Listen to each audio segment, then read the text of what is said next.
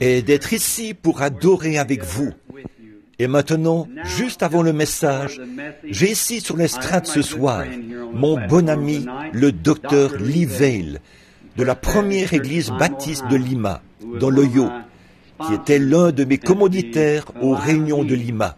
Je lui ai demandé, en venant ici ce soir, s'il pouvait dire un mot à l'Assemblée, peut-être en rapport aux réunions de Lima, pendant un instant ou deux. Et je suis heureux de vous présenter ce soir le docteur Lee Vail, un autre baptiste qui a le Saint-Esprit. Amen. Que Dieu vous bénisse aussi, frère Vail. Tout cela était vraiment fort, venant d'un pasteur baptiste, n'est-ce pas? Eh bien, nous sommes très heureux d'avoir frère Vail avec nous. Et les portes ici sont certainement ouvertes, afin qu'il revienne nous rendre visite chaque fois qu'il le pourra. Et maintenant, ce soir, demain soir, c'est la mise au tombeau du Seigneur Jésus. Dimanche matin, c'est le service du lever du soleil à 6 heures. Et je crois que le frère a annoncé l'autre partie de ce service. Maintenant, prions pendant un instant. Seigneur béni, ta parole est la vérité. Et nous sommes reconnaissants pour ces hommes qui la manient sans peur, alors qu'ils la portent aux gens. Et comme nous ouvrons la Bible ce soir, ou que nous en tournons les pages, puisse le Saint-Esprit béni venir ouvrir la parole qui nous donne l'intelligence. Par Jésus-Christ, nous le demandons. Amen. Cette grande soirée que nous célébrons, celle de la crucifixion de notre Seigneur béni, j'aimerais lire ce soir les paroles prononcées par ses précieuses lèvres qu'il a fait écrire dans son livre. Dans Matthieu, au chapitre 4, les versets 47 et 48, nous lisons ceci. Et si vous saluez seulement vos frères, que faites-vous d'extraordinaire? Les païens aussi, n'agissent-ils pas de même? Mais soyez donc parfaits, comme votre Père céleste est parfait. Et ce soir, nous avons annoncé que nous allions parler sur le sujet de la perfection. Maintenant, ça semble être un texte très étrange à prendre pour le soir de la crucifixion de notre Seigneur. Mais aujourd'hui, peut-être, vous avez écouté la radio et entendu les différents messages et les messagers, comment ils ont présenté ce grand jour terrible où notre Seigneur est mort pour les péchés du monde. Alors ce soir, j'ai choisi de présenter cela sous un autre angle, afin que ce soit un peu différent et un petit rafraîchissement pour vous. Et puisse le Saint-Esprit béni inspirer la parole maintenant, alors que nous nous efforçons de la porter. Dieu exige la perfection. Nous voulons garder cela à l'esprit, qu'il n'y a rien de partiel qui puisse aller dans la présence de Dieu. Cela doit être parfait, notre adoration est tout. Or, dans le jardin d'Éden, Dieu avait placé Adam et Ève dans le jardin. Et ils ont péché et transgressé les lois de Dieu, en péchant par désobéissance. Et quand il y a transgression, la désobéissance est la transgression de la loi.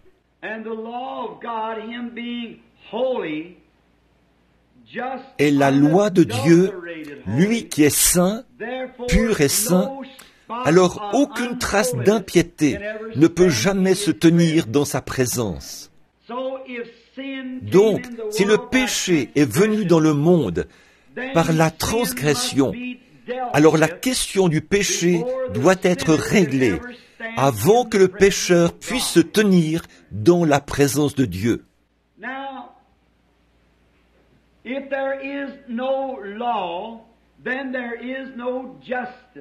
Maintenant, s'il n'y a pas de loi, alors il n'y a pas de justice. Mais la loi exige, ou la justice exige une loi. Et la loi, Quand elle est invoquée, elle applique la justice. Or, nulle chair n'est sauvée par la loi. La loi ne peut pas nous sauver. La loi est simplement la chose qui nous a mis en prison, mais elle n'a aucune puissance rédemptrice. La loi nous a seulement montré que nous sommes des pécheurs, et elle nous a condamnés. Voilà à quoi sert la loi. Elle sert à porter la condamnation, ou à vous montrer où se trouve votre erreur. Donc la loi en elle-même ne pouvait pas sauver. Elle ne pouvait qu'engager des poursuites. Et Dieu étant saint et juste, il devait engager une poursuite. Il devait engager une poursuite contre le pécheur, parce qu'il avait franchi les limites de la grâce et était devenu un citoyen qui enfreignait la loi. Alors, il devait en subir les conséquences. Toute loi a une sanction. En effet, la sanction d'avoir transgressé la loi de Dieu, c'est la mort.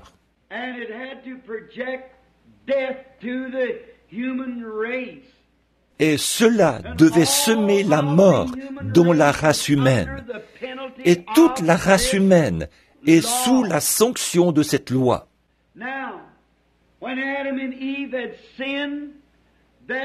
Maintenant, quand Adam et Ève ont péché, il n'y avait aucun moyen, aucun remède pour qu'ils puissent revenir dans la présence de Dieu, sauf si ce péché était réglé.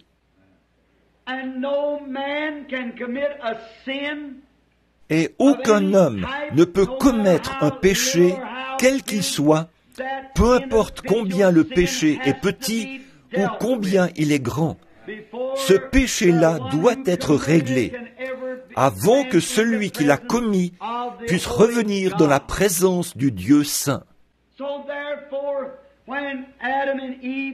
C'est pourquoi, lorsque Adam et Ève ont péché et ont transgressé la loi, ils ont été assujettis à la mort.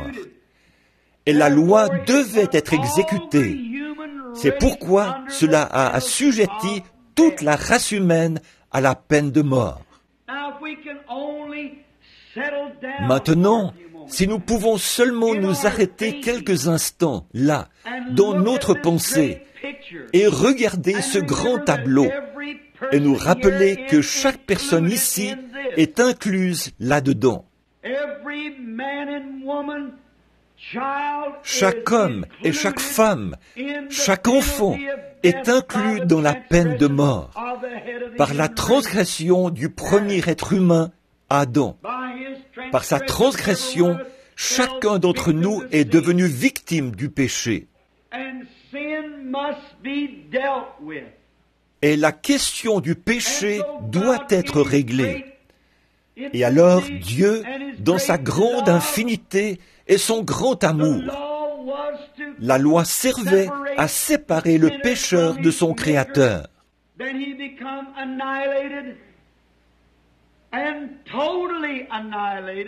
Afin qu'il soit anéanti, totalement anéanti.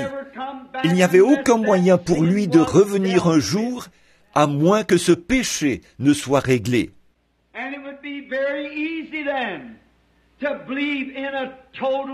Et il serait alors très facile de croire à l'anéantissement total d'un pécheur à la fin, car il est complètement à jamais séparé de la présence de Dieu. Maintenant, remarquez ce péché. Et comme Dieu, qui est juste, il ne pouvait rien faire d'autre que d'être juste, car il est la ressource de toute justice. Alors, il n'y aurait rien d'autre à faire pour lui que d'appliquer la sanction pour cette transgression. Et la sanction était la mort, car il a dit, « Le jour où tu en mangeras, ce jour-là, tu mourras. »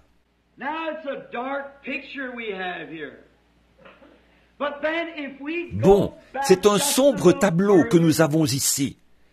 Mais si nous revenons un peu plus en arrière et que nous découvrons les attributs mêmes de Dieu, la Bible nous dit clairement que Dieu est amour. Mais par contre, du fait qu'il est amour, il doit être juste. Ainsi, l'amour ne signifie pas seulement une chose que l'on peut chouchouter et prendre à la légère. L'amour est la justice de Dieu.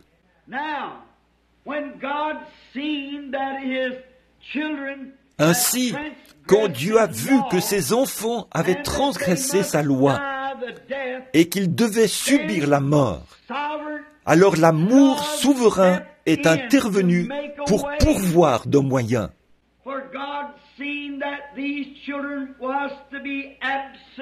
Car Dieu a vu que ses enfants devaient être absolument, totalement anéantis de devant sa face. Il n'y avait rien d'autre à faire, car ils avaient transgressé sa loi, et la sanction de sa loi, c'était la mort. Et alors, l'amour de Dieu s'est élancé pour ses sujets. Et quand l'amour divin est projeté, la grâce souveraine produit l'objet de l'amour. Et Dieu, par prescience, comme il aimait tellement sa race, il a fait mourir un substitut dans le jardin d'Éden, puisqu'il y avait une sanction, c'est-à-dire qu'il s'est servi d'un substitut. Il a pris une petite créature innocente, un petit agneau qui ne connaissait pas le péché.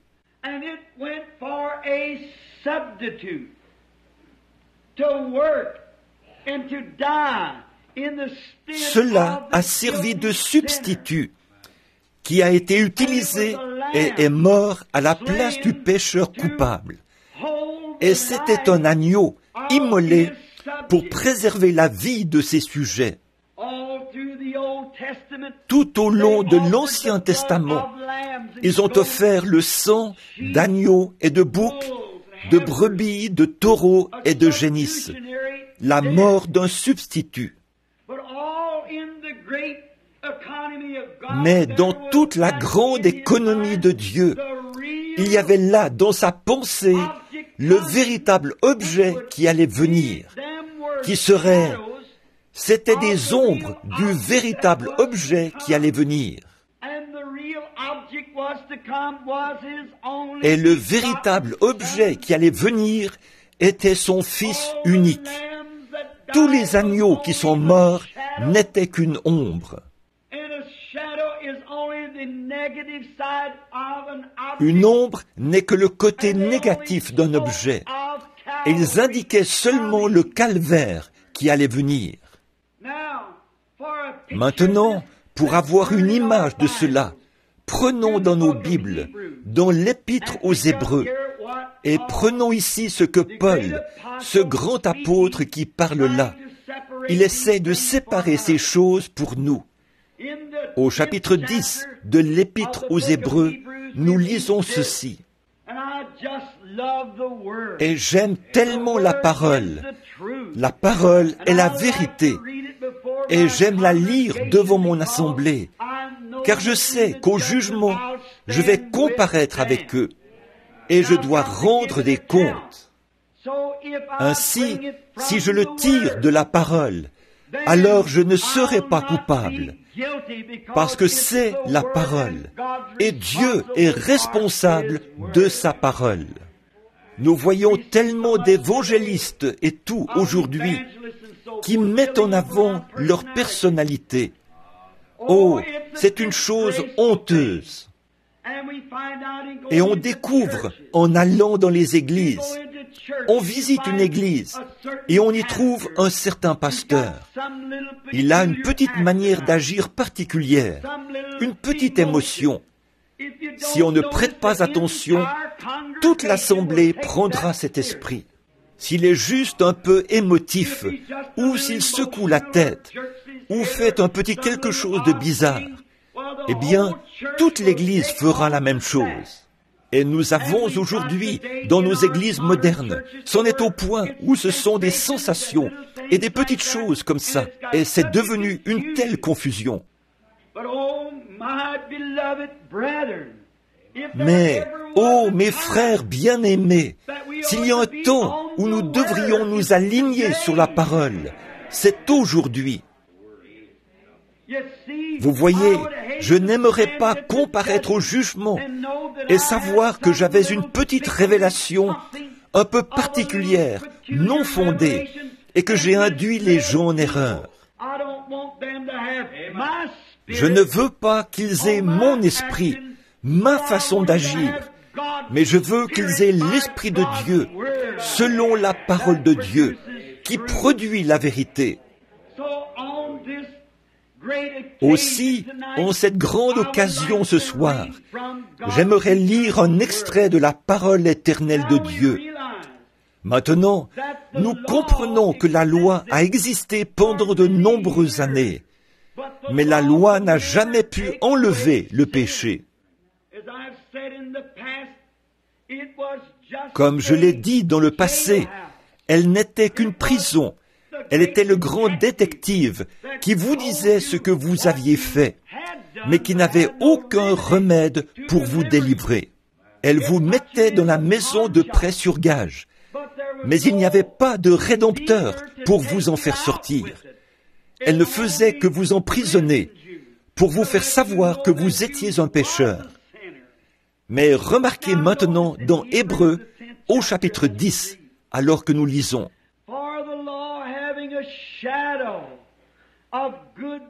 En effet, la loi, qui possède une ombre des biens à venir, et non l'exacte représentation.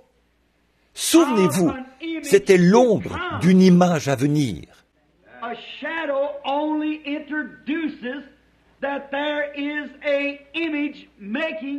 Une ombre ne fait qu'indiquer qu'il y a une image qui produit l'ombre. Une ombre des choses à venir, et non l'image elle-même.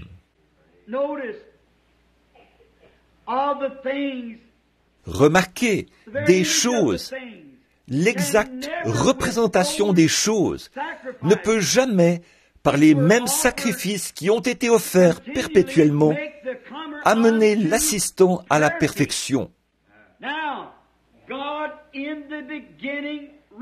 Or Dieu, au commencement, exigeait la perfection. Jésus, quand il est venu sur terre, a dit « Soyez parfaits, comme Dieu dans le ciel est parfait. » Et la loi, qui possède une ombre des choses à venir, ne pourrait jamais amener l'adorateur à la perfection. Vous voyez la situation?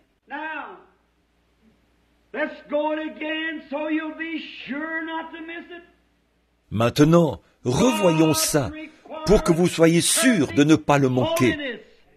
Dieu exige une sainteté parfaite.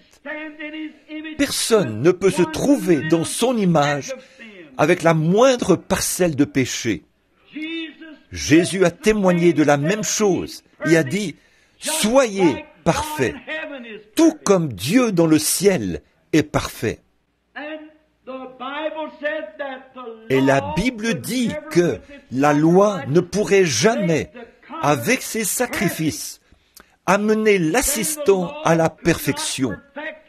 Ainsi, la loi ne pouvait rien amener à la perfection. Elle n'était qu'un indicateur. Ces sacrifices, faits chaque année, ne pouvaient jamais amener l'adorateur à la perfection. C'est pourquoi personne sous la loi, ou qui respectait les lois, ou sous les ombres, ne pouvait être parfait. Car, verset 2, autrement, n'aurait-on pas cessé de les offrir? S'il y a quoi que ce soit que je peux faire pour me rendre parfait dans la présence de Dieu, alors Christ n'avait pas à mourir pour moi. S'il y a une seule chose que vous pouvez faire qui aurait un quelconque mérite dans la présence de Dieu, alors Christ est mort en vain. Aucune observation de la loi, aucune de vos idées légalistes, rien de votre propre sainteté, rien que vous pourriez arrêter de faire, arrêter de mentir, arrêter de voler, arrêter de fumer du tabac, arrêter d'aller au cinéma. Vous êtes toujours perdu. Rien ne peut le faire. Adhérez aux églises, les rituels, les cérémonies, les baptêmes, les ordres religieux, la lecture de credo, réciter des prières. Toutes ces choses ne comptent absolument pas. Vous êtes perdus.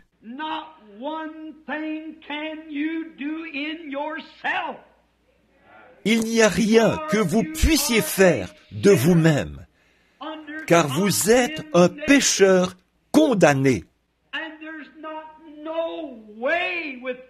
Et il n'y a aucun moyen en vous-même, ou aucun credo, ou quoi que ce soit que vous puissiez faire ou penser de vous-même, qui aurait un quelconque mérite dans la présence de Dieu, parce que vous êtes un pécheur pour commencer.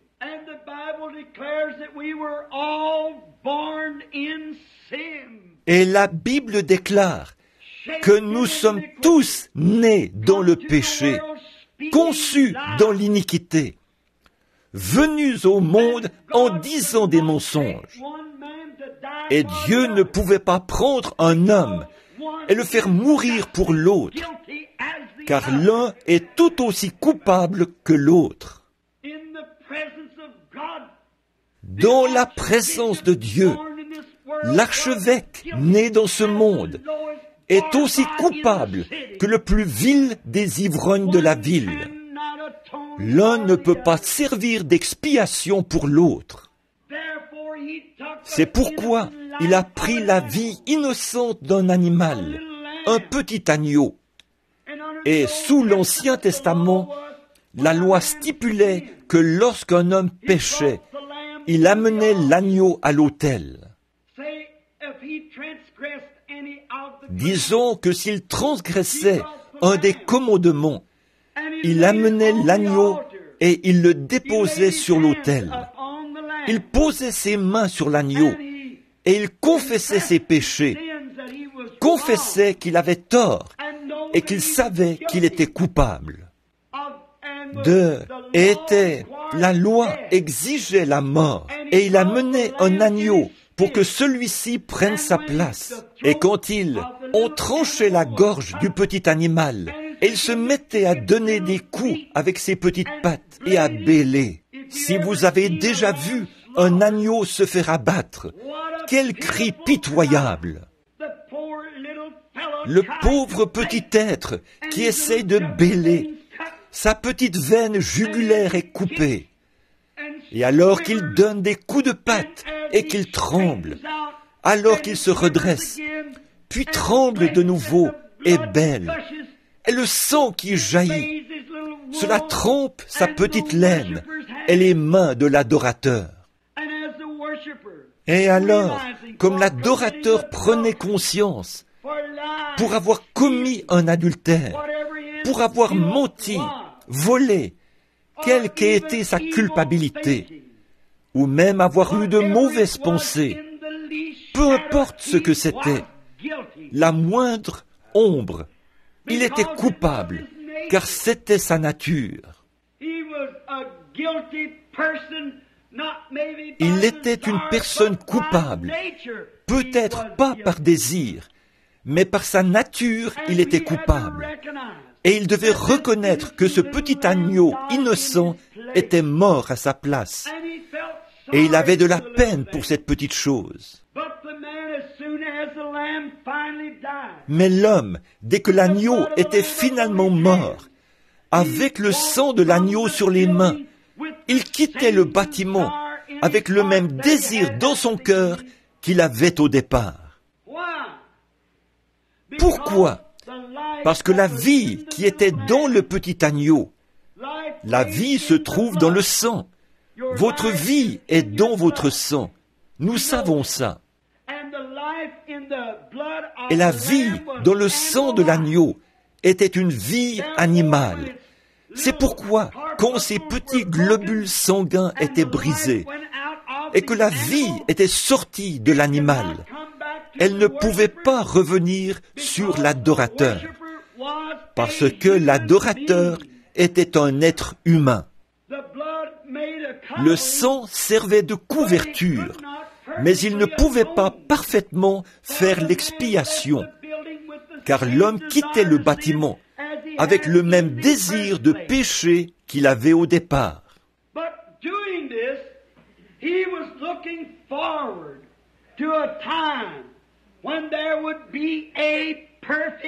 Mais en faisant ceci, il attendait le moment où un agneau parfait viendrait. Et il le faisait avec l'Holocauste, parce que c'était le seul moyen qu'il connaissait. Alors, vous voyez, quand le sang coule et que la vie sort de l'animal, elle ne peut pas revenir sur l'homme, car l'une est animale, l'autre est humaine, un animal innocent pour un homme coupable.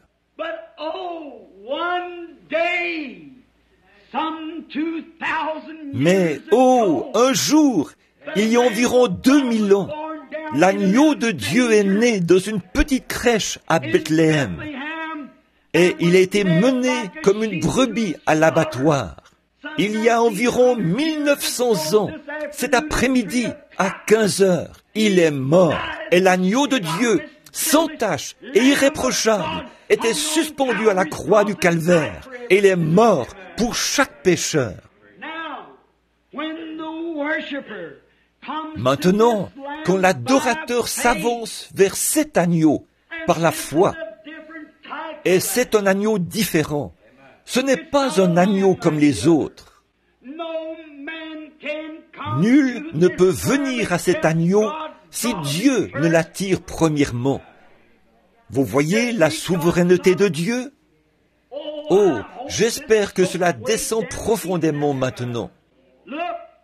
Regardez, Dieu savait qu'il avait des brebis dans ce monde. Il savait qu'il aurait des gens à sauver. Et son amour a regardé au loin et a vu ceux qui seraient sauvés. Donc, par prescience, il a prédestiné une église à le rencontrer là-bas, sans tache ni ride. Et si Dieu exigeait une église sans tache ni ride, il devait avoir quelque chose pour la rendre ainsi. Il ne pouvait pas l'exiger. Sa justice, ses jugements ne permettaient pas qu'il demande une telle chose s'il n'y avait pas un moyen de le faire. Et l'homme ne peut pas le faire lui-même. Il est un échec total.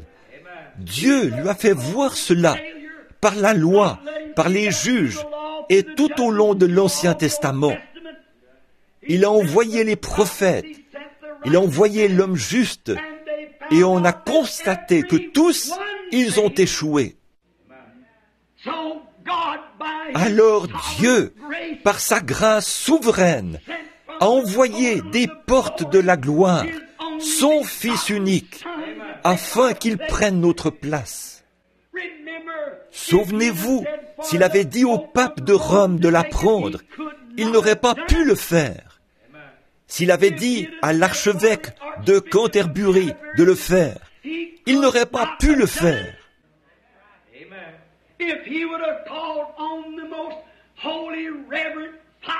S'il avait fait appel au très saint révérend Père ou à l'évêque du monde, il n'aurait pas pu le faire. Il aurait été tout aussi rejeté que Judas Iscariote l'a été. Il ne pouvait pas le faire, car il était né dans le péché, conçu dans l'iniquité, venu au monde en disant des mensonges, et avait lui-même besoin d'une expiation.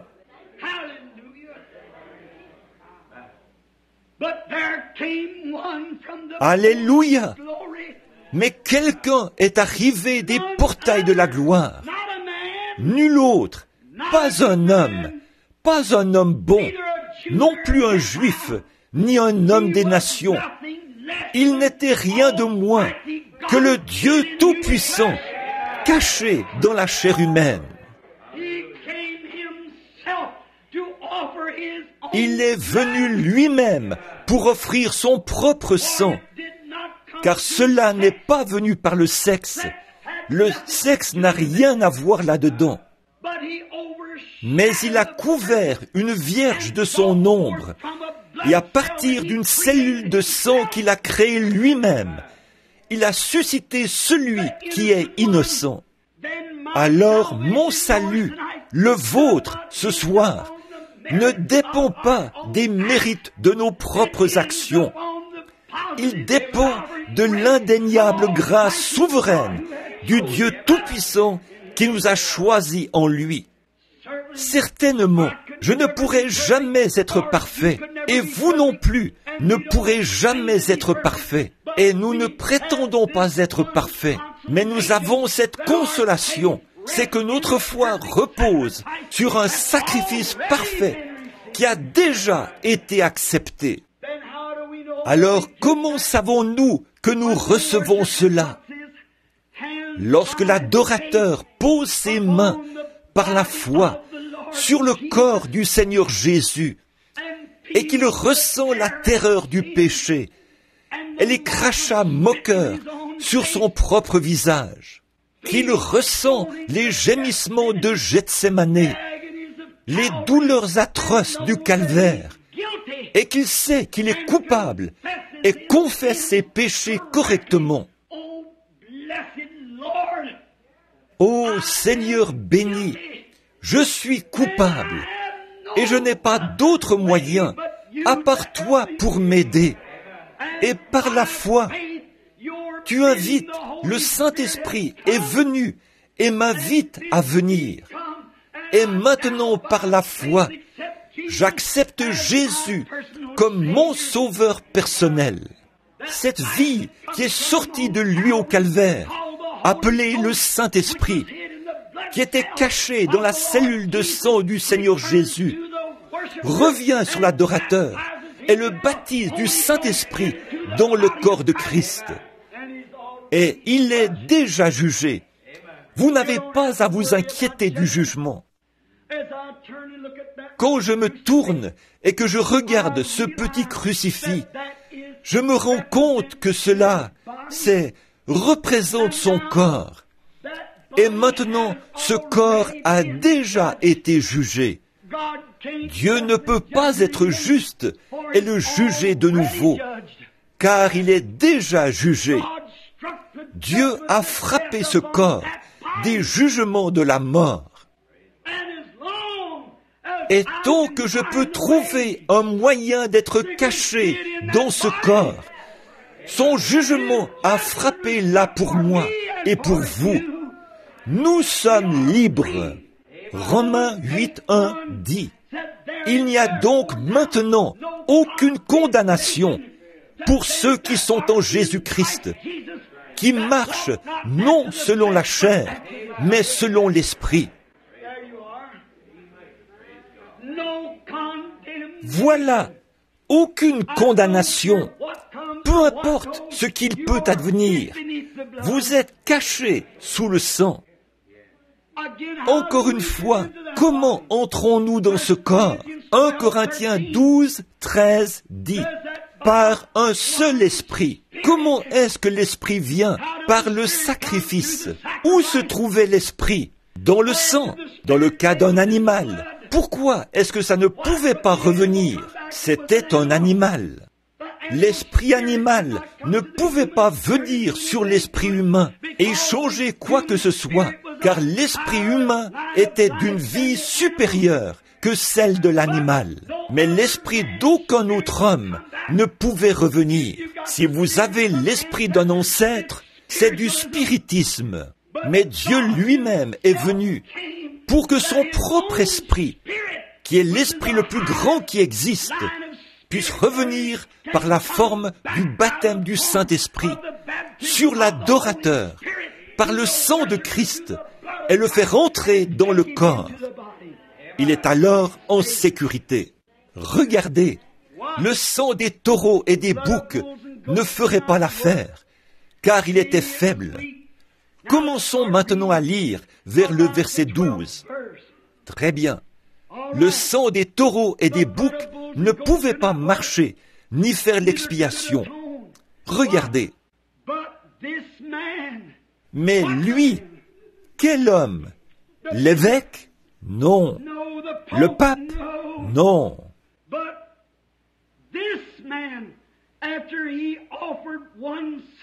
Mais lui, après offert un seul sacrifice pour le péché, s'est assis pour toujours à la droite de Dieu, attendant désormais que ses ennemis soient devenus son marchepied.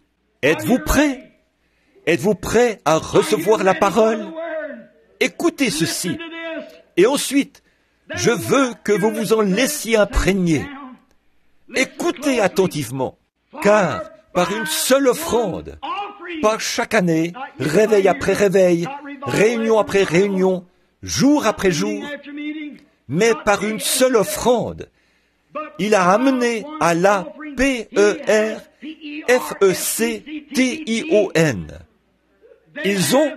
Il a, par une seule offrande, il a amené à la perfection. C'est l'exigence de Dieu. Pour toujours ceux qui sont sanctifiés. Voilà, c'est la réponse devant la mort de Christ. C'est la réponse devant le calvaire. Il a, par son propre sang, entièrement racheté nos péchés et amené à la perfection pour toujours ses croyants. Par conséquent, en Christ, nous sommes irréprochables, parfaits, dans la présence du Dieu Tout-Puissant. Nous sommes des gens qui vivent au-dessous de leurs privilèges. À cause des doctrines que nous avons adoptées, on nous a enseigné que nous devons atteindre un certain niveau, que nous devons faire une certaine chose. Non, mon frère, ce n'est rien que vous ayez pu faire. C'est ce que Dieu a fait pour vous. Nous sommes maintenant, si nous avons été justifiés par la foi, nous sommes parfaits pour toujours dans la présence de Dieu. Et Jésus a dit, soyez donc parfaits. Alors, ils ont été amenés à la perfection pour toujours. Dieu, par la mort de Christ, il y a 1900 ans aujourd'hui, a amené à la perfection le croyant, qu'il a vu d'avance, avant la fondation du monde, pour toujours. Et ceux qu'il a appelés, il les a justifiés. Ceux qu'il a connus d'avance, il les a appelés. Ceux qu'il a appelés, il les a justifiés. Ceux qu'il a justifiés, il les a déjà glorifiés. Il a amené à la perfection ses croyants. Maintenant, regardez, revenons maintenant au premier verset. La loi qui possède une ombre des biens à venir, et non l'exacte représentation de ces choses, ne peut jamais, par les mêmes sacrifices qui ont été offerts perpétuellement chaque année, amener l'assistant à la perfection. Observez, la perfection, c'est ce dont nous parlons. Autrement, n'aurait-on pas dû cesser de les offrir? Parce que celui qui rend ce culte, étant une fois purifié, n'aurait plus eu aucune conscience de son péché. Que voulez-vous dire? Le mot conscience ici, la bonne interprétation, c'est désir. Et si un homme, l'adorateur, se présente correctement devant Christ, il voit ce qu'il a souffert, et il s'offre à Christ et dit, « Ô Seigneur Dieu, rien en moi ne peut faire une expiation, mais je compte entièrement sur toi. » Alors, le Saint-Esprit entre dans ce cœur humain, et toute la question du péché est réglée à tout jamais. Car tout désir du péché a été ôté de vous. En effet, si la loi avait pu accomplir cela, on n'aurait pas cessé d'offrir ces sacrifices. Mais comme elle en était incapable, il a fallu que Christ meure afin de nous amener à la perfection. Mes amis, il y a tant de choses que nous pourrions dire ce soir au sujet de la perfection. Nous essayons toujours de rabaisser les autres afin de nous rendre un peu plus saints qu'ils le sont. Ils le sont. Mais si seulement nous regardions le tableau, c'est seulement par la grâce de Dieu que nous sommes ce que nous sommes. Ici, il y a quelque temps, dans l'Ohio, j'ai appris une leçon à mes dépens. Je tenais une série de réunions là-bas dans l'Ohio et je demeurais à la campagne. À cause des foules, je ne pouvais pas rester en ville. Nous mangions habituellement dans un petit restaurant d'un quart. Et les petites serveuses étaient si aimables, habillées décemment et aussi soignées qu'elles pouvaient l'être. Très distinguées, elles nous servaient. C'était un petit coin de paradis de manger dans un tel endroit. Leur cuisine était impeccable. Et le dimanche, ils fermaient et allaient à leur église. J'avais un peu faim et je devais prêcher le dimanche après-midi. Et je suis allé dans un petit restaurant ordinaire, juste un petit restaurant américain typique, pour prendre quelque chose à manger. Et quand j'ai franchi la porte, qu'est-ce que j'ai entendu sinon le son d'une machine à sous? Et il y avait là un homme de mon âge, qui était peut-être un homme marié, son bras autour d'une femme, en train de jouer à une machine à sous. Notre loi même, la protection de notre justice, de nos biens, était là, violant une chose qu'il était censé protéger. En effet, il est illégal de jouer à des jeux d'argent dans l'Ohio. Cet homme-là jouait à une machine à sous. Et je me suis retourné et j'ai regardé vers l'arrière du bâtiment. Il y avait une bande d'adolescents et il y avait un de ces disques de rock'n'roll qui jouait dans la machine. Une jeune femme d'environ 18 ans qui avait très clairement l'anatomie d'une femme. Mais elle était là avec sa robe qui descendait bas en avant. Et un de ces garçons avait ses mains sur la fille, là où elle n'avait pas lieu d'être. Et il fumait et buvait. Et j'ai pensé, ô Dieu, comment peux-tu supporter ça? Et j'ai regardé à ma droite, quand j'ai entendu quelqu'un faire un gros grognement. Et une femme âgée était assise là, probablement de 60 ou 70 ans. Elle portait ses petits vêtements vulgaires, qui arrivaient à peu près à la moitié de ses membres, et sa pauvre vieille chair ridée était aussi flasque que possible. Et elle portait du rouge à lèvres, et une grande chose violette peinte sur le côté de son visage. Une petite paire de chaussures aux pieds, des sandales, avec les ongles d'orteil peints en violet, les ongles de ses mains peints en violet, et ses cheveux étaient coupés très courts, frisés et teints en bleu, et je les regardais. Et de l'autre côté de la table, deux hommes étaient assis là, ivres. L'un d'eux, c'était l'été, portait un grand pardessus militaire, avec une écharpe grise autour du cou, et le visage couvert de barbe, qui faisait des ronds et tout. Les hommes se sont retirés d'auprès d'elle et ont commencé à marcher comme ceci vers les toilettes. Je suis resté là et j'ai dit, « Oh Dieu, pourquoi ne détruis-tu pas tout ça? Pourquoi ne l'engloutis-tu pas dans la terre? » J'ai dit, est-ce que mes petites Sarah et Rebecca devront grandir dans de telles conditions? J'ai dit, comment peux-tu, ô Dieu, dans ta grande sainteté, supporter même de regarder une chose comme cela, sans envoyer un tremblement de terre pour l'engloutir? Et pendant que j'étais là à condamner cette femme, en faisant cela, je me suis retiré derrière la porte. J'ai senti l'Esprit de Dieu venir vers moi. Et je me suis placé derrière la porte. Et j'ai vu comme quelque chose qui tourbillonnait. Et quand ça s'est produit dans la vision, c'était la terre qui tournait et qui tournait. Et comme j'ai remarqué, autour de la terre, il y avait un fil cramoisi autour de la terre. Et quand je suis arrivé là, sur la terre, je me suis vu, petit garçon, en train de faire des choses que je n'aurais pas dû faire. Peut-être pas comme ça, mais c'était péché. Et chaque fois que je faisais quelque chose, je voyais cette grande ombre noire monter vers le ciel. Et là, Dieu m'aurait tué sur le champ. Puis j'ai vu ce sacrifice parfait qui se tenait là, entre moi et Dieu.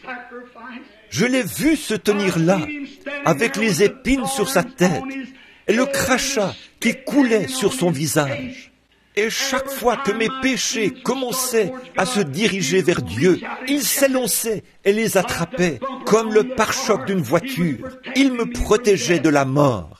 Et chaque fois que je faisais quelque chose de mal, Dieu m'aurait tué. Certainement, sa sainteté l'exige, sa loi l'exige. Et chaque fois que je fais quelque chose, ou que vous faites quelque chose, le sang de Jésus-Christ agit comme un pare-choc. Et j'ai vu que ce fil cramoisi signifiait que le sang protège encore la terre. Et comme je me tenais là, à regarder, je me suis rapproché un peu plus près, quand j'ai vu qu'il était là. Et je l'ai entendu dire, « Père, pardonne-lui, il ne sait pas ce qu'il fait. » Et j'ai abaissé le regard, et là se trouvait un livre, et il y avait un ange à côté de lui qui tenait le livre. Et chaque fois que je péchais, c'était inscrit dans le livre, et mon nom était dessus. Et je me suis rendu compte qu'un jour, que ce fil de sang serait enlevé et que je devrais me tenir dans la présence de Dieu avec ma vie de péché. Mais j'ai vu que par sa miséricorde, il retenait mon jugement. Je suis allé vers lui humblement. Je me suis agenouillé et j'ai dit, « Ô Jésus, Fils de Dieu, je suis indigne de venir dans ta présence. Mais veux-tu, s'il te plaît, me pardonner pour ce que j'ai fait ?» Il a touché son côté avec sa main, a pris le vieux livre et a écrit « Pardonné » dessus.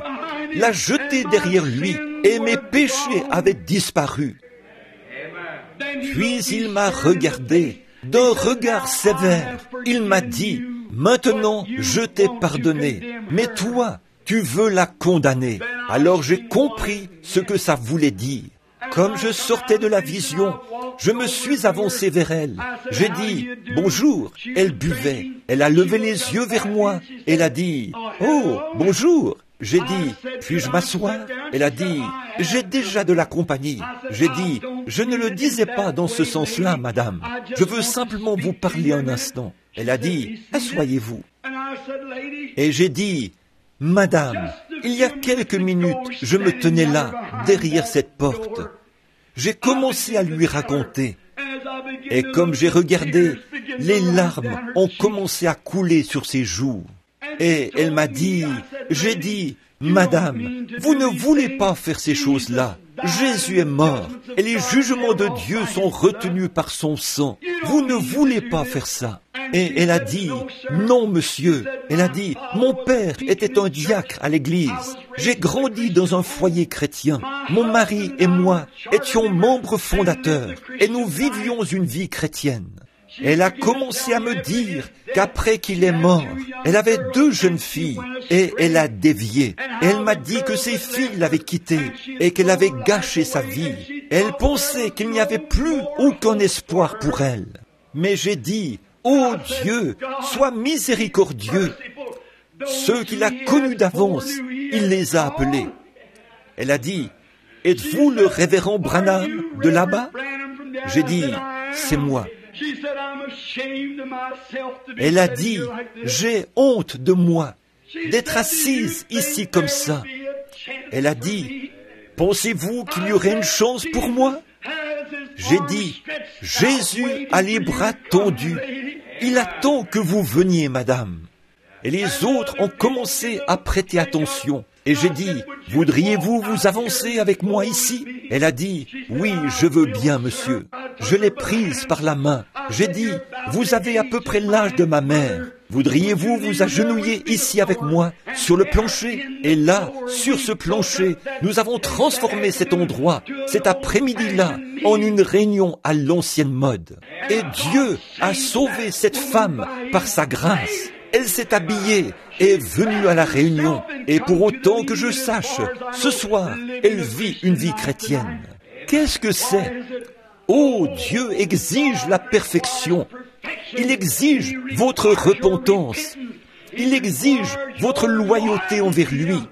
Mais il regarde ce soir, peu importe combien vous avez péché, que ce soit peu ou beaucoup, vous êtes quand même un pécheur et vous ne pouvez pas entrer autrement que par Jésus-Christ, le sacrifice de Dieu entièrement suffisant. Et en lui, vous êtes rendu parfait pour toujours. Pensez-y, ce n'est pas quelque chose que vous faites, ce n'est pas que vous tournez la page. Ce n'est pas une nouvelle vie que vous commencez, c'est une confession de vos torts et la grâce de Dieu envers vous. Cela vous amène à la perfection et alors vous êtes rendu parfait en Jésus-Christ. J'ai confiance que ce soir, mon ami, pendant que nous sommes ici en ce grand moment crucial, là où des décisions doivent être prises, après avoir entendu cette histoire, vous ne l'aviez peut-être jamais entendue auparavant. Mais vous ne pouvez pas passer l'une de ces portes et demeurer la même personne que lorsque vous êtes entré. Vous devez sortir meilleur ou pire. Et pendant que nous courbons la tête un instant, je veux que vous y réfléchissiez sérieusement. Qu'en est-il de votre âme ce soir? Jésus-Christ est mort pour vous. Vous dites, frère Branham, quand je pourrai arrêter de fumer, quand je pourrai arrêter de boire, quand je pourrai redresser cette chose-là, alors je vais le faire. Oh, cela ne sera jamais fait correctement. Vous n'y arriverez jamais. Pourquoi ne venez-vous pas simplement tel que vous êtes et par la foi, allez vers ce ruisseau que tes blessures ouvertes alimentent et l'amour rédempteur a été votre thème et le sera jusqu'à votre mort. Pourquoi prendre un substitut? Pourquoi essayer d'entrer par votre église? Pourquoi essayer d'entrer parce que vous avez arrêté de boire ou de mentir? Venez par le moyen de la perfection, car par un seul sacrifice, il a amené à la perfection pour toujours ceux qui sont sanctifiés. Comment puis-je être sanctifié? Confessez vos péchés dans la présence du sang de Jésus. Et la vie qui vient de ce sang revient sur l'adorateur et le sanctifie des désirs des choses du monde. Car par ce sacrifice entièrement suffisant, il nous a sanctifiés.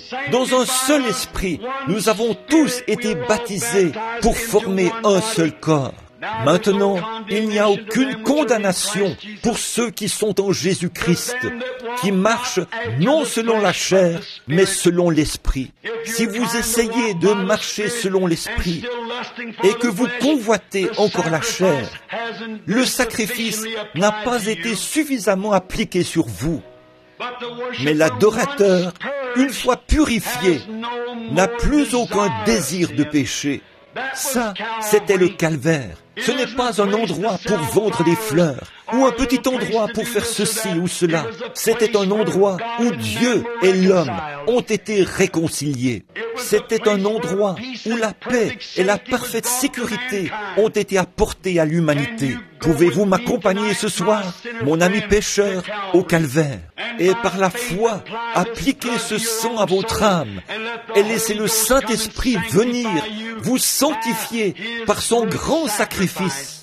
Avant que nous prions, voudriez-vous lever votre main vers Dieu et dire, « Ô Dieu, sois miséricordieux envers moi. Je confesse maintenant tous mes péchés en cette soirée du Vendredi Saint et je suis reconnaissant pour les grandes souffrances que Christ a endurées pour moi.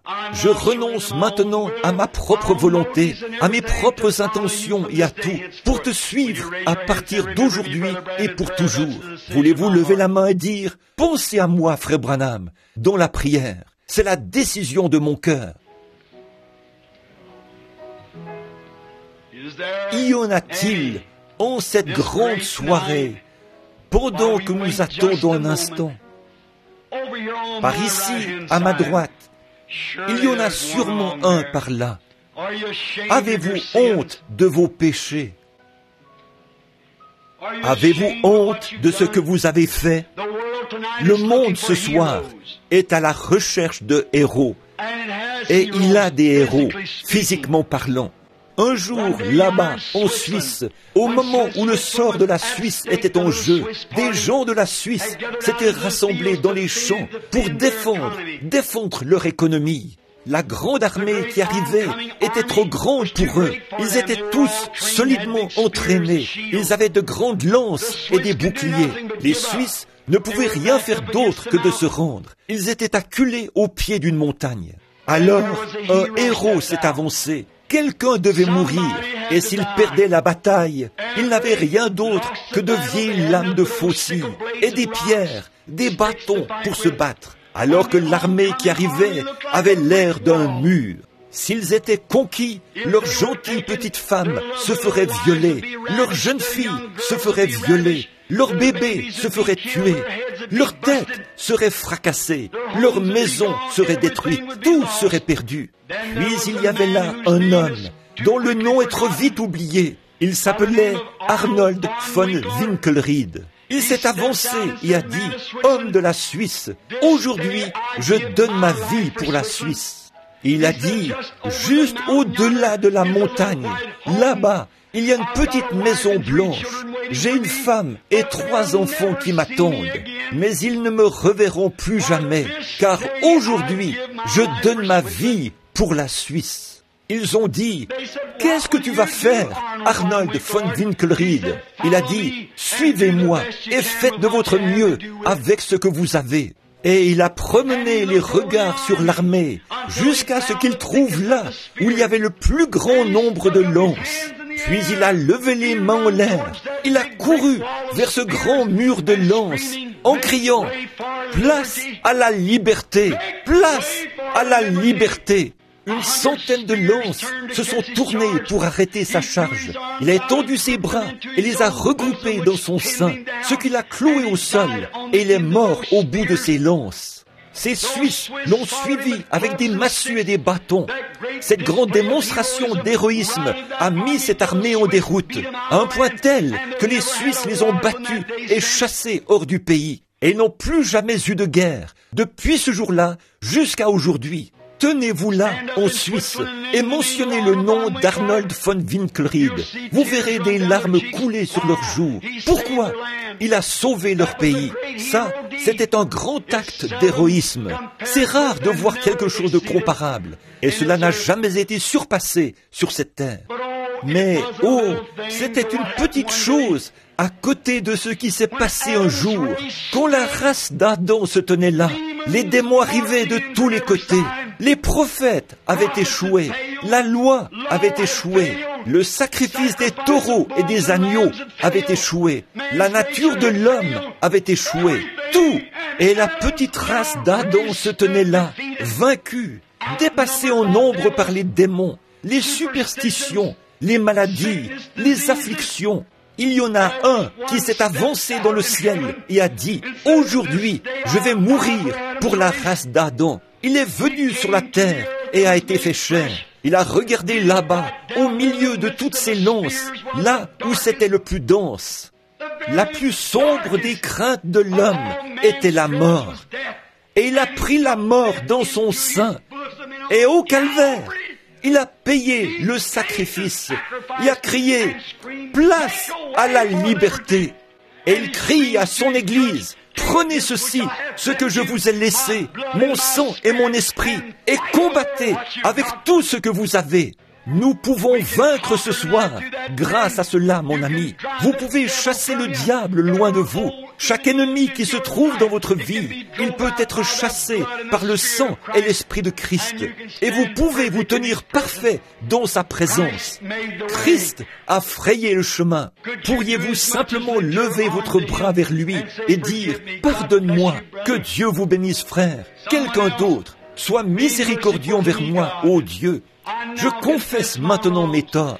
Y a-t-il des membres d'église tièdes qui vont à l'église tous les jours et qui essayent peut-être d'être aussi pieux que possible? Mais vous savez que le tempérament colérique et l'indifférence, l'égoïsme et des habitudes s'accrochent à vous, si bien que vous n'avez pas la victoire. Voudriez-vous être purifié de tout cela par le sang ce soir? Car l'adorateur, une fois purifié, n'a plus conscience. Aimeriez-vous lever la main, vous, les membres d'église? Que Dieu vous bénisse, madame. Levez vos mains et dites, frère Branham, pensez à moi dans la prière. Que Dieu vous bénisse, madame. C'est vrai, c'est la vraie chose à faire. Que Dieu vous bénisse là-bas derrière, monsieur. Quelqu'un d'autre, levez la main, dites, ô Dieu, sois miséricordieux envers moi. Je sais que je professe le christianisme, mais je ne le vis pas. Je sais que je ne le vis pas. Et dans mon cœur, je ne suis vraiment pas en règle avec toi. Je veux être l'un des élus de Dieu. Je sens dans mon cœur que je le suis, mais je n'ai jamais rejeté les fardeaux qui m'enveloppent si facilement. Et je veux les rejeter ce soir. Et par la grâce de Dieu, je vais le faire. Priez pour moi. Voulez-vous lever la main? Que Dieu vous bénisse, madame. Quelqu'un d'autre? Juste encore un peu, nous attendons. Pendant que nous attendons silencieusement, que tout le monde maintenant, avec la tête inclinée en prière, fredonne doucement ceci maintenant.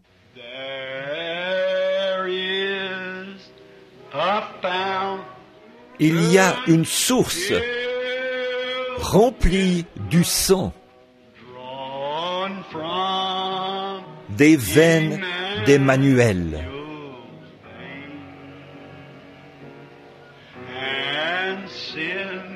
Tout pécheur plongé dans ce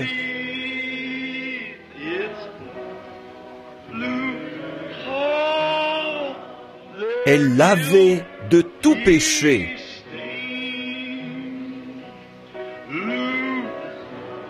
Ne voulez-vous pas y réfléchir en ce moment?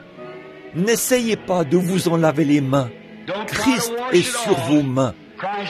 Pilate a essayé de le faire ce matin-là, vers 6 heures, mais ses mains sont toujours couvertes de sang, coupables de sang. Vous savez ce qui lui est arrivé. Il est allé en Suisse, bien des années plus tard. Il a perdu l'esprit et il a trouvé la mort après avoir plongé dans un bassin d'eau. Ce matin, en Suisse, des centaines de personnes viennent voir la scène. De l'eau bleue qui bouillonne du fond de ce grand bassin d'eau. Ils le font chaque année. C'est une vieille légende. On dit que Dieu a refusé que l'eau lui lave les mains. Frère, peu importe combien de fois vous vous faites baptiser, quoi que vous essayez de faire, rien ne purifiera vos mains, sauf le sang de Christ. Dieu a refusé cela. Et l'eau bleue, après presque 2000 ans, bouillonne encore. Dieu refuse cela. Votre propre justice ne peut pas purifier vos péchés. Rien d'autre que le sang de Jésus. Pensez-y maintenant. Nous allons prier dans un instant. Je me demande si je peux demander quelque chose ce soir. Quand il s'est tenu là, dans le prétoire de Pilate, ce matin-là, et qu'il a dit, si mon royaume était de ce monde, je pourrais invoquer mon Père, et il m'enverrait aussitôt 12 légions d'anges, et un seul d'entre eux pourrait détruire le monde. Je lui parlerai, et 12 légions d'anges seraient à ma disposition. Il aurait pu le faire, mais il est resté là, doux et humble, pour prendre votre mort et vos péchés. Serez-vous assez reconnaissant pour ce sacrifice ce soir, vous qui en avez besoin et qui avez besoin des bénédictions de Dieu? Voulez-vous vous lever pour cette prière? Levez-vous simplement, vous qui voulez qu'on pense à vous dans cette prière, et dites, « Ô Dieu, sois miséricordieux envers moi, je suis coupable, j'ai fait des choses mauvaises, et je veux maintenant accepter mon pardon par Jésus-Christ. » Voudriez-vous vous lever maintenant? Que Dieu vous bénisse, jeune dame. Ça, c'est du courage. Restez debout là. Est-ce que vous voulez dire que vous avez levé la main et que là, vous n'êtes pas assez sincère pour vous lever? À quoi l'Évangile vous a jamais servi? Oh, on prend l'Église à la légère, on prend Dieu à la légère. L'heure est bientôt arrivée. Un de ces jours, une bombe atomique frappera quelque part par ici, l'une de ces grandes usines de poudre explosive. Il n'y aura pas une fraction de seconde pour y réfléchir. Il sera trop tard alors, et peut-être avant Pâques prochain, ou même ce Pâques-ci. Ne voulez-vous pas vous lever maintenant et dire « Ô Dieu, sois miséricordieux envers moi, un pécheur. J'accepte maintenant Christ, car il s'est offert comme victime expiatoire pour mes péchés. Et par sa grâce, et seulement par sa grâce, je demeure dans la présence de Dieu. Voulez-vous confesser vos torts? Celui qui cache ses péchés ne prospérera pas. Celui qui confesse son péché obtient miséricorde. C'est à vous de décider. Il observe. Maintenant, notre Seigneur béni, ce soir se tiennent ici 3 âmes pénitentes, un chiffre pertinent, un homme et 2 femmes. Et je pense au calvaire, Seigneur, lorsque d'un côté, l'un a dit, « Seigneur, souviens-toi de moi quand tu viendras dans ton règne. » L'autre a dit, « Si c'est toi, fais-nous voir un miracle, retire-nous de la croix et sauve-toi toi-même. » Et l'autre a dit, « Ô Dieu, sois miséricordieux envers moi. » Et ta tête s'est tournée vers la droite, et tu as dit, « Aujourd'hui, tu seras avec moi dans le paradis. » Mais tu n'as rien dit à l'autre, parce qu'il n'y avait pas de repentance. Et Dieu notre Père, je prie que ceux-ci, peut-être, j'espère bien qu'ils sont les 3 seuls dans le bâtiment, qui ressentent qu'ils ont vraiment besoin de confesser leurs torts. Mais ils sont venus par le moyen entièrement suffisant, le moyen de la croix. Pardonne-leur, Seigneur, et bénis-les. Ils se tiennent ici ce soir, comme tu t'es tenu pour eux, dans le prétoire de Pilate, comme tu t'es tenu pour eux, entre les cieux et la terre, quand le soleil s'est couché, et que la lune refusait de donner sa lumière, et que le voile du temple s'est déchiré du haut en bas. Je te prie, ô Dieu, de les bénir et de leur accorder ta miséricorde, de les purifier par ton sang et baptise-les par ta puissance de sanctification pour former le corps de ton propre Fils, Jésus-Christ. Alors ils seront préservés pour tout le temps et pour toute l'éternité. Bénis les autres qui sentent qu'ils sont en règle, qu'ils ont déjà rempli toutes ces choses. Je te prie de leur accorder cette bénédiction au nom de Christ. Amen. Que Dieu vous bénisse.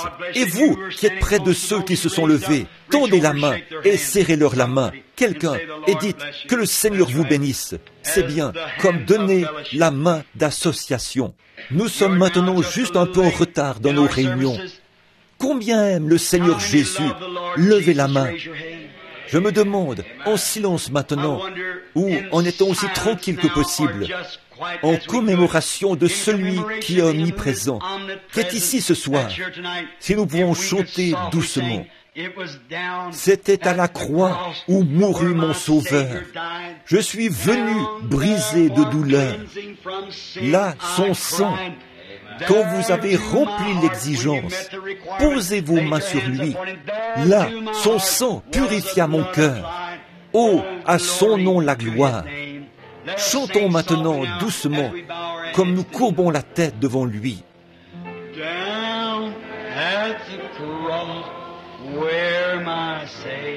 À la croix où mourut mon Sauveur. Je suis venu brisé de douleur. Là, son sang purifia mon cœur.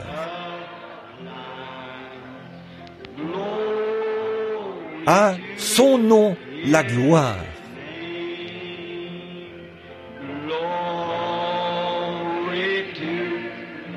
À son nom la gloire. Précieux nom.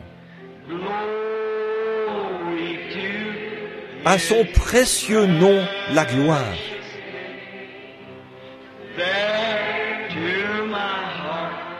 Là, son sang purifia mon cœur. À son nom la gloire. Maintenant, doucement, avec la tête inclinée, vous qui êtes sauvés, dites, « Oh, levez la main maintenant. »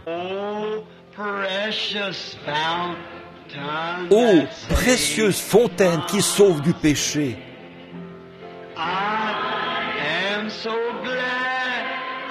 je suis si heureux d'y être entré.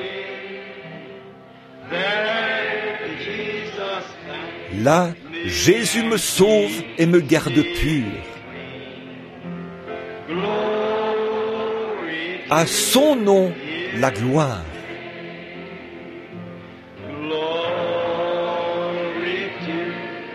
À son précieux nom, la gloire.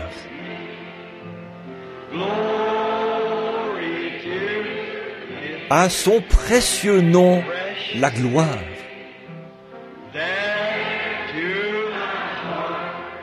Là, son sang purifia mon cœur. À son nom, la gloire. Maintenant, avec les mains baissées, la tête inclinée, ça me revient à l'esprit. Quelqu'un a appelé il y a quelques instants et a dit que quelqu'un voulait qu'on pense à lui ce soir, dans la prière, pour son corps. Il ne pouvait pas revenir à la réunion de dimanche soir, pour le grand service de guérison. Voulez-vous vous lever, vous qui voulez qu'on pense à vous dans cette prière, en ce moment?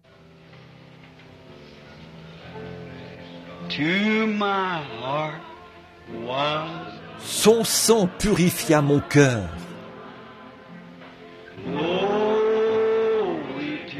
À son nom, la gloire. À son nom. Maintenant, avec la tête inclinée, il a été blessé pour vos transgressions, meurtri pour votre iniquité. Le châtiment qui vous donne la paix est tombé sur lui. Et c'est par ces meurtrissures que vous avez été guéris. À son nom, la gloire. Maintenant, Père béni, comme nous nous approchons humblement de la croix à cet instant, où la grâce et la miséricorde m'ont trouvé, là où l'étoile brillante du matin a répandu sa lueur autour de moi, ces malades sont ici dans ta présence. Ils croient maintenant par la foi. Ils regardent ce dos meurtri là-bas. Et par ces meurtrissures, nous avons été guéris. Très Saint Père, nous venons en confessant notre foi, croyant que tu guéris nos corps malades par les grandes souffrances subies pour autrui par le Seigneur Jésus. Et nous adressons pour ces gens qui sont debout une prière de la foi qui guérira les malades, comme tu l'as promis. Et ce soir, nous formons ensemble un seul bloc, tes croyants. Tu as dit, là où 2 ou 3 sont assemblés, je serai au milieu d'eux. Et nous demandons miséricorde pour eux, afin que ta grâce puisse maintenant toucher leur âme intérieure, que quelque chose s'ancrera profondément, qu'ils sauront que Christ est ici et qu'il leur a parlé.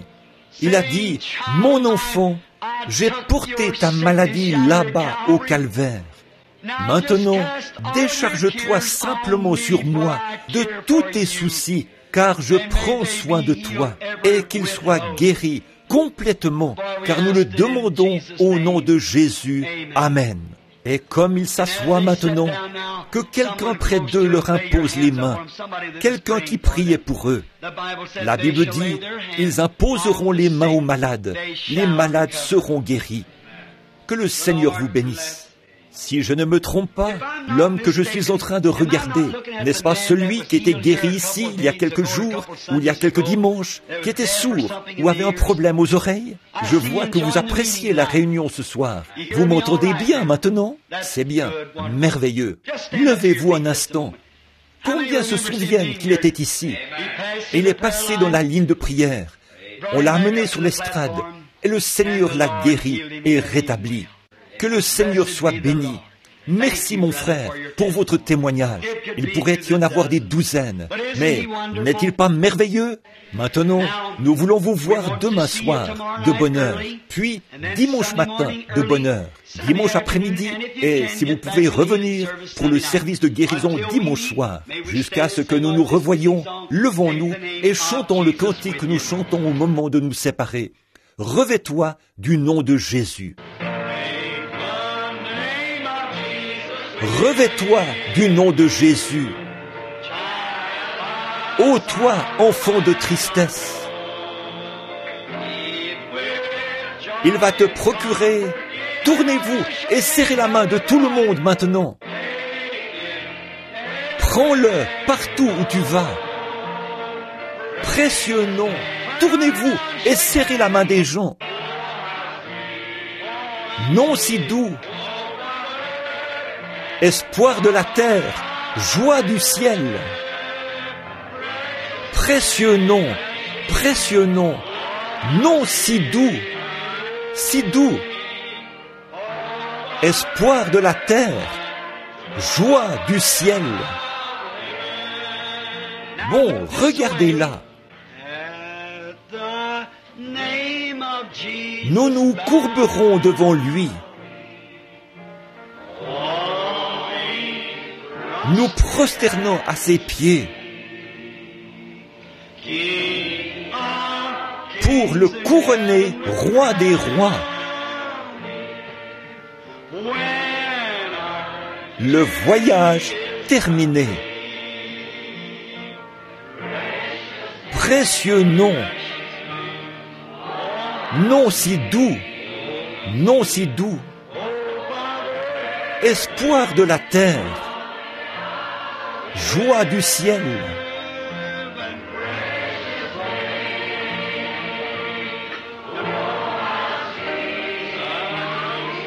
Si doux,